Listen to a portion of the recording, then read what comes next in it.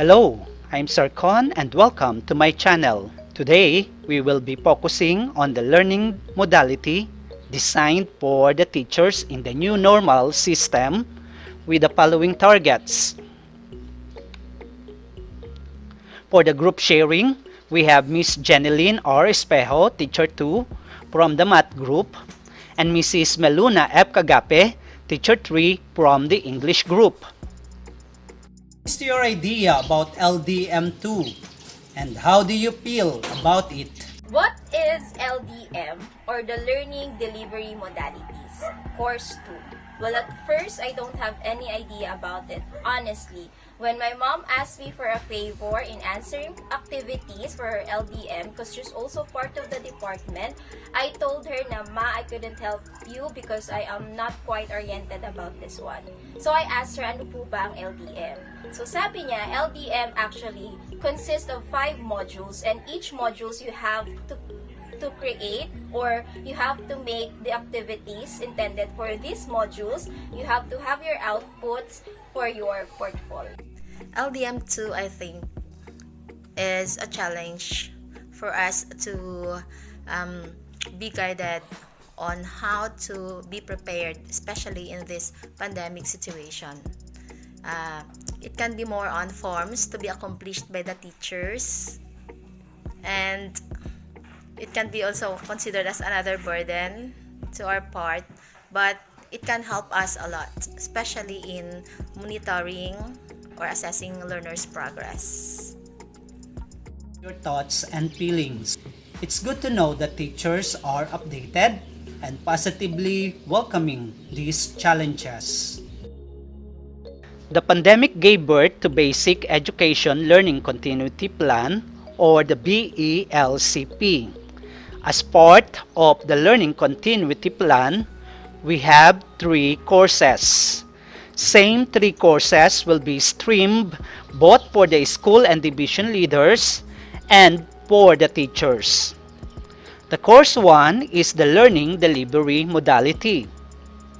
Course 2 is the Learner's Welfare and Well-being. And Course 3 is the provision of psychosocial support and training on wellness. Some of the topics are not new to us because various webinars through the initiative of the division and region were rolled out. To solidify the move, the Central Office and the National Educators Academy of the Philippines will cascade the course to prepare us better for the challenges of the new normal. This is the basis for LCP capacity building. There is always a need to consult DepEd Memo number 50, Series 2020, or the Professional Development Priorities, which identifies the indicators, same with the IPCRF. This framework is all about identifying the least indicators to deliver the quality instruction in the new normal, promoting sulong edukalidad. The design and implementation principles and guidelines has 2 activities, and both needs internal and external support. First part is the LCP course by the NEAP, and of course one of that is the LDM. The purpose is to improve readiness in delivery modality and make an informed decision in choosing the appropriate one. The second part is the regular professional development programs. From the teacher's IPCRF Individual Development Plan were the least indicators of the PPST and were captured in the school development plan. The least indicators that need support, coaching, and mentoring will be the basis for the school's training plan. Specifically, the purpose is on improving the indicators on pedagogical content, knowledge, and assessment. The implication of this is, number 1, lahat ay planado. Hindi po binababa dahil naisipan lang. Ito ay binaba because of the need to help the teachers improve in the career stages, from proficient to highly proficient. Hindi kasi maganda na ang teacher ay magre-retire as Teacher 1. Dapat Master Teacher 1. Number 2 implication.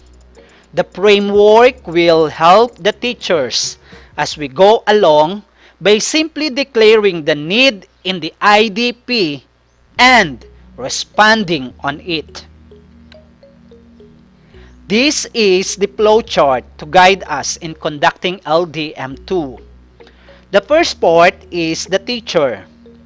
The involvement is either through independent self-paced study and synchronous or asynchronous LAC.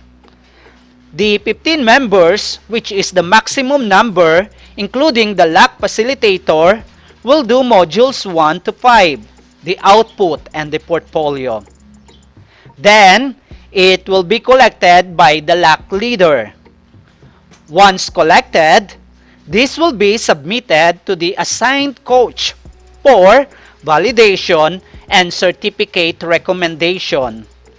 Finally, the regional or the central office will issue certificate. Being such, it is a NEAP accredited certificate. The certificate can be used for possible ranking and promotion. There are 2 certificates to be given.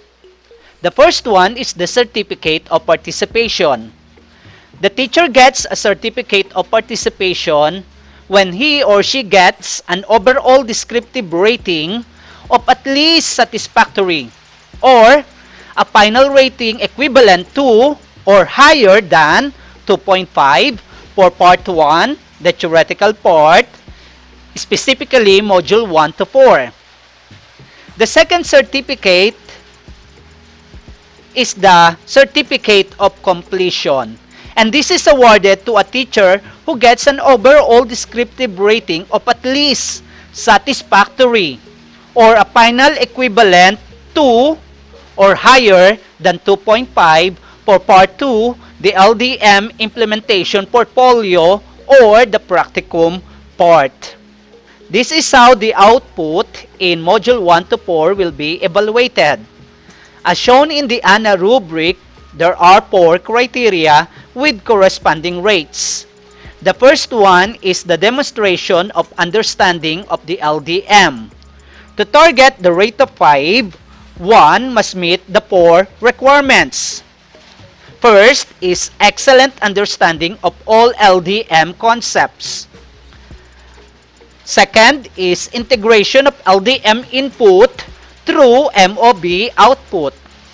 Third is novel perspective. And fourth is completeness and preciseness of output. The second criteria is demonstration of understanding of your locality with the LDM implementation. This is about analysis and utilization of data coming from the stakeholders. To get a rate of 5, one must meet the 4 requirements in most part of the output.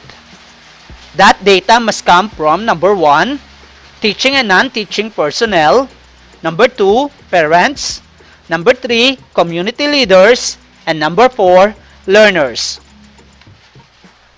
The third criteria focuses on language and overall presentation of the output. It must be clear, coherent, appropriately worded, and no error in structure and writing convention.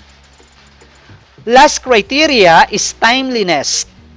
If the deadline is Friday, submit it on Monday same week, 3 days before the deadline, and you will get 5. Submit it on Tuesday or Thursday, same week, 2 or 3 days before, and your rate is 4. Submitting the output on time will give you 3 points. If late, a rate of 2 or 1 will be given. To compute for the rating, Step 1. Multiply the rate by the weight of the criterion. Example, 4 times 50% is equal to 2. Step 2. Get the total rate by adding all the weighted rating for each criteria. Example, in Module 2, Output 1, we have 2 plus 1.5 plus 0.75 plus 0.25 equals 4.5. Step 3. Determine the weight rating by multiplying the total rate by the weight per module output. Example, 4.5 times 15% is equal to 0.68. And last step, the weighted ratings for all output are added to get the final rating, which is 4.46 in this case. And we'll identify the descriptive rating by looking at the descriptive rating table. In this case, the descriptive rating is very satisfactory. Don't worry, there is a tool provided by NEAP in rating the teacher's output. Just click the link in the description below. There are 5 modules for the Part 1 or theoretical part of the LDM2 course, each with corresponding module content, activities and topics, duration, and the expected outputs. The study notebook will be accomplished as the teacher is undergoing the process from Module 1 up to Module 5. The theoretical part including the practicum part. The study notebook will help the teacher reflect and provide the best output required in each module. It will be submitted for evaluation as part of the portfolio, meaning your portfolio contains the study notebook plus captured evidence of teaching practices for the whole SEM or the whole school year. After finishing all the modules related to teaching and learning in the learning delivery modalities, you are now ready to apply them as you manage the teaching and learning process in the new delivery modalities. In Module 5, you will plan for how you will capture the evidence of your teaching practices, which you will organize into a portfolio. This portfolio will be submitted for evaluation. You may also use this portfolio as part of your means of verification for your performance evaluation. As a final reminder, make sure that you are able to collect the evidence of your teaching practice as you have listed and organize this into a portfolio. You will submit your portfolio to your LAC leader, who will announce the specific date and manner of submission. This ANA rubric will guide us in determining the rate for our output or portfolio in Module 5, the Part 2, or the practicum part.